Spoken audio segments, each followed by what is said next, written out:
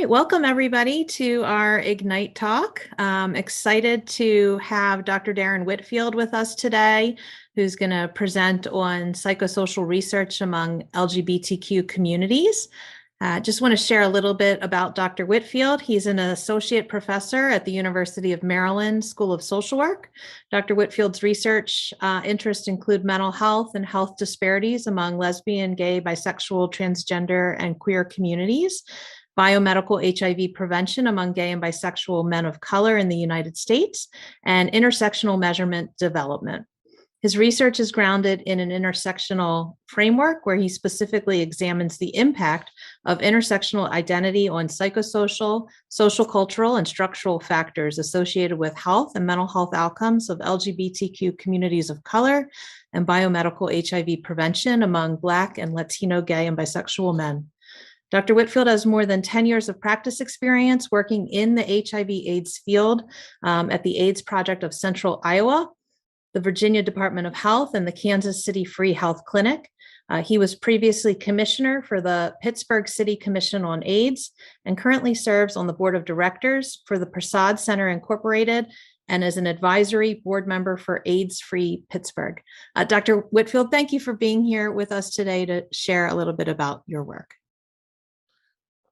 Thank you for the invitation. So I will just preface this by saying that I am mostly going to be focusing on mental health, as that's sort of the theme of the think tank. There is a lot more that I could say about psychosocial factors as it relates to research with LGBTQ folks, but this talk will be specifically framed in the sort of mental health context. So the population of LGBTQ persons has been increasing in the United States. In fact, in the latest US Census data, it is estimated that nearly 8% of US adult individuals identify as LGBTQ folks. And while there has been increased visibility amongst individuals who identify as LGBTQ, lesbian, gay, bisexual, transgender individuals, what we also know is that there has been in recent years an attack on their human rights in this country. I'm sure everyone's familiar with the new legislative action, which seeks to continue to marginalize LGBTQ persons in this country.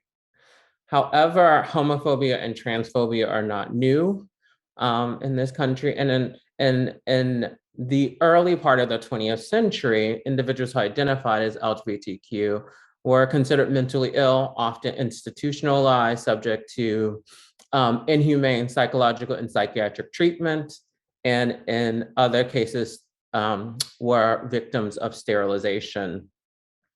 So while sexual orientation was removed from the DSM as a mental illness in 1973, individuals who identify as transgender or trans experienced still to this day are required to have a diagnosis of gender dysphoria in order to access gender affirmation services.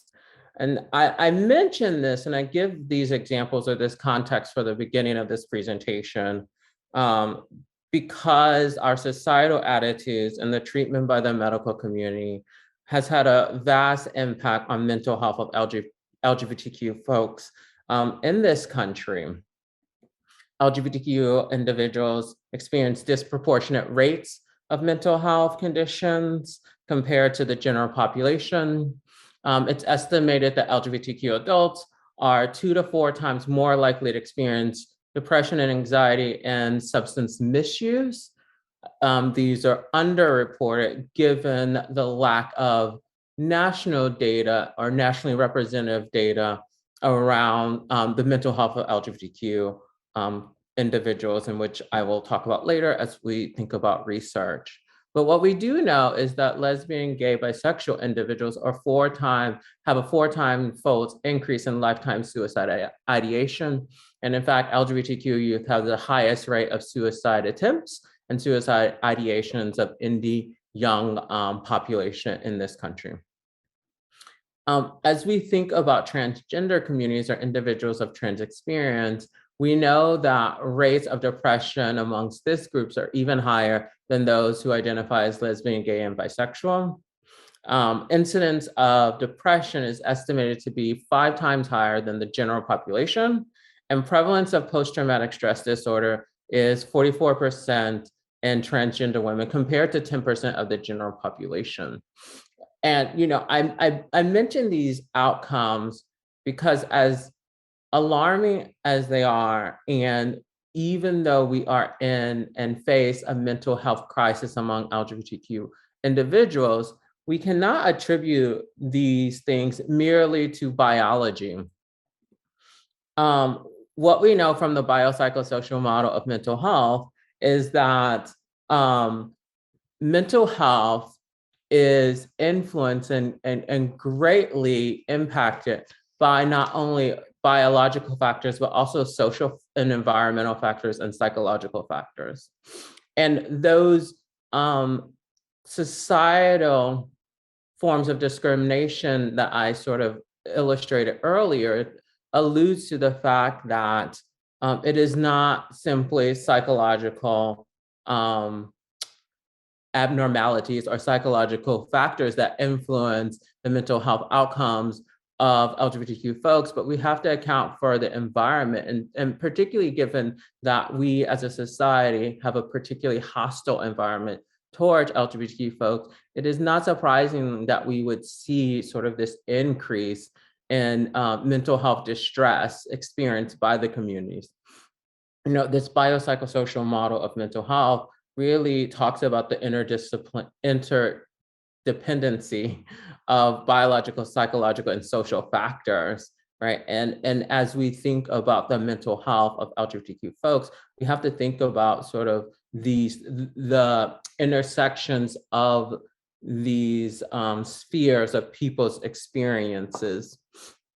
Particularly, right, when we have and see such a great amount of discrimination, harassment, and victimization in the social environment, it has dramatic impacts both on the psychological, right, and the self-worth or coping skills of LGBTQ folks, which we have also exhibited or seen evidence in research that the psychological impacts have direct biological impacts, right? We can look at the literature that looks at race and racism in this country, which alludes to the fact that people of color actually live shorter lifespans, have shorter lifespans due to the direct impacts of racism and racial trauma, which have manifestations in the biological. And this is understudied in LGBTQ folks, but it would stand to reason that the same effect might impact than other marginalized groups, in this case, LGBTQ folks.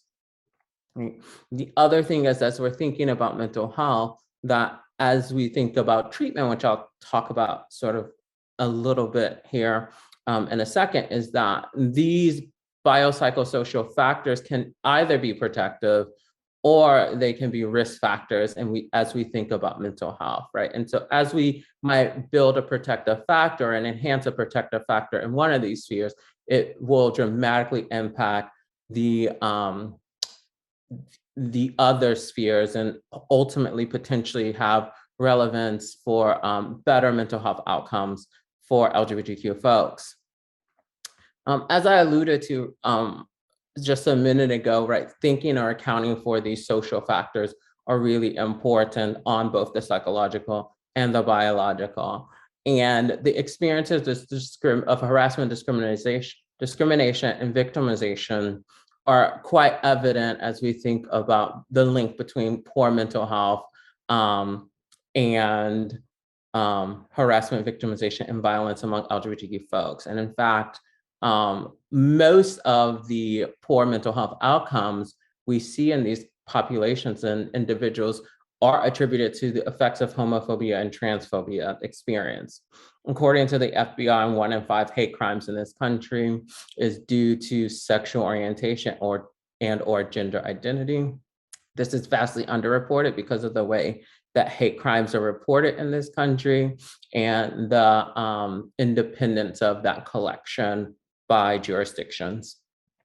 The prevalence of harassment among LGBTQ individuals ranges from 15 to 66%, depending on social context. So we're thinking about the importance of the social environment.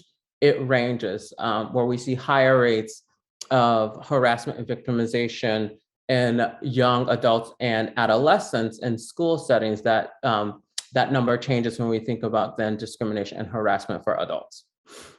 When we and I would be remiss if I didn't mention that in 2021, at least 57 transgender and gender nonconforming persons were murdered. That is a stat that is tracked annually now by several national organizations to bring light on the invisibility and marginalization of trans individuals in the United States. And a recent survey that was done by the Trevor Project found that 86% of LGBTQ youth experience harassment and assault in schools, which have led to impaired mental health, including PTSD, anxiety, and depression. So it was alluded to earlier from my colleague about, thinking about intersectionality and the importance of identity, right? And so intersectionality is the idea that we all have multiple social identities and we experience the social environment or our environments based on the totality of those identities. And so when we think about LGBTQ folks and we intersectionally look at those individuals, what we see is that the intersection of race is a huge factor in the experiences of harassment, discrimination, victimization, and also subsequently the incidence and prevalence of mental health or poor mental health in LGBTQ folks. And so LGBTQ people of color are more likely to report experiencing discrimination, harassment, and victimization due to the combination of their sexual orientation and gender identity compared to white LGBTQ folks. And that this is even more pervasive when we think about trans and non-binary people of color who also experience higher rates of discrimination, harassment, and victimization due to the combination of not only sexual orientation and race, but sexual orientation, gender identity, and racial and ethnic identity compared to white transgender folks, but also white cisgender individuals and heterosexual folks. And again, I just want to sort of reiterate that it is the intersection of these identities which actually creates higher rates of mental health conditions such as depression, PTSD, and psychological distress experienced by LGBTQ folks, right? So I think the takeaway is that when we think about what our response is or how do we address mental health among LGBTQ folks, we have to take an intersectional lens to that approach because these are not monolith communities, and one LGBTQ person or one person who identifies as maybe gay or bisexual is not or will not have the same experience as another person, and that those intersections absolutely do matter. So as we think about, and sort of this is where we're sort of moving towards the thinking about barriers to care and sort of my research on what I'm interested in and researching and examining is what we know is that oftentimes when seeking mental health treatment, LGBTQ folks experience barriers to care. Between 20 and 40% of LGBTQ persons report experiencing healthcare discrimination. Most of that discrimination sort of falls in several camps, either specifically anticipated or enacted stigma, which accounts for delayed in medical treatment and or denial of medical treatment in healthcare settings for individuals who identify as LGBTQ. Many LGBTQ folks cite having to educate their medical providers on cultural competence or culturally responsive care. And this is another reason why individuals may delay or not seek medical treatment because they fear that they will have to educate their providers, or that their medical or mental health clinicians are unable to provide appropriate care based on their identity. In an analysis of medical education standings, both mental health professions and physical health professions, there are very minimal curriculum coverage of LGBTQ individuals within the context of those educational standards. And a systematic review of the American Psychological Association, they found that at best, individuals in psychology programs and psychiatry programs in the United States may get up to 4 hours of LGBTQ content in medical school and/or clinical psychology programs. This pattern also exists when we think about other medical settings, such as nursing or med schools, where the lack of coverage continues to be one of the driving factors in why providers are not competent or do not have the appropriate effective skills to provide services to LGBTQ folks. So I want to sort of pivot and think about, so what does this mean in terms of research and sort of where we should go? So existing research has, and you could do a Google search, and it is actually quite shocking and surprising, sort of the state of not only research around LGBTQ folks and sort of medical care, but also mental health care, which is sort of the focus of this, right? And so most of our literature right now, as it relates to mental health, really focuses on adolescents and youth. If you were to do a Google Scholar search, or to go to an actual peer review search engine, you would find very little research that has been done that looks at mental health as it relates to adults, or even fewer related to older adults. Most of the literature is looking at the pervasive nature of mental health for adolescents and young adults.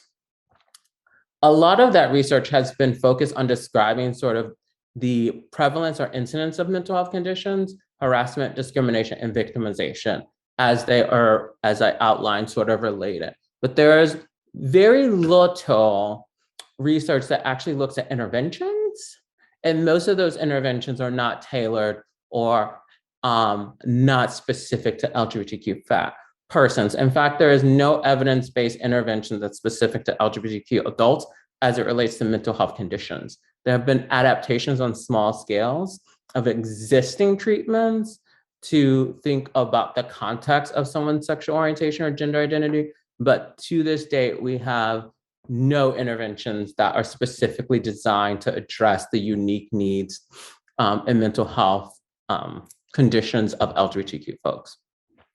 So sort of, my interest in this area is really thinking about how do we develop specific interventions that address the unique challenges and needs of LGBTQ folks, particularly thinking intersectionally, as I alluded to the impact of intersectionality on the mental health of community. So right now, I'm currently, I have a pilot study that is looking at Black transgender women in Baltimore and mental health needs, and thinking about the unmet needs of that community, and developing brief interventions that might be done to not only address those unmet mental health needs, but also bolster the role of resiliency. One of the things that I have found in pilot studies that I've done is that while individuals may experience great levels of psychological distress in terms of occurrence, it actually does not end up resulting in symptomology, which suggests the role of resiliency. And so I'm really interested in thinking about how do we bolster those resiliencies that individuals have to reduce mental health disparities. And then the other thing that I'm interested in and thinking about is identifying specific mental health interventions for LGBTQ folks, thinking sort of along these intersections.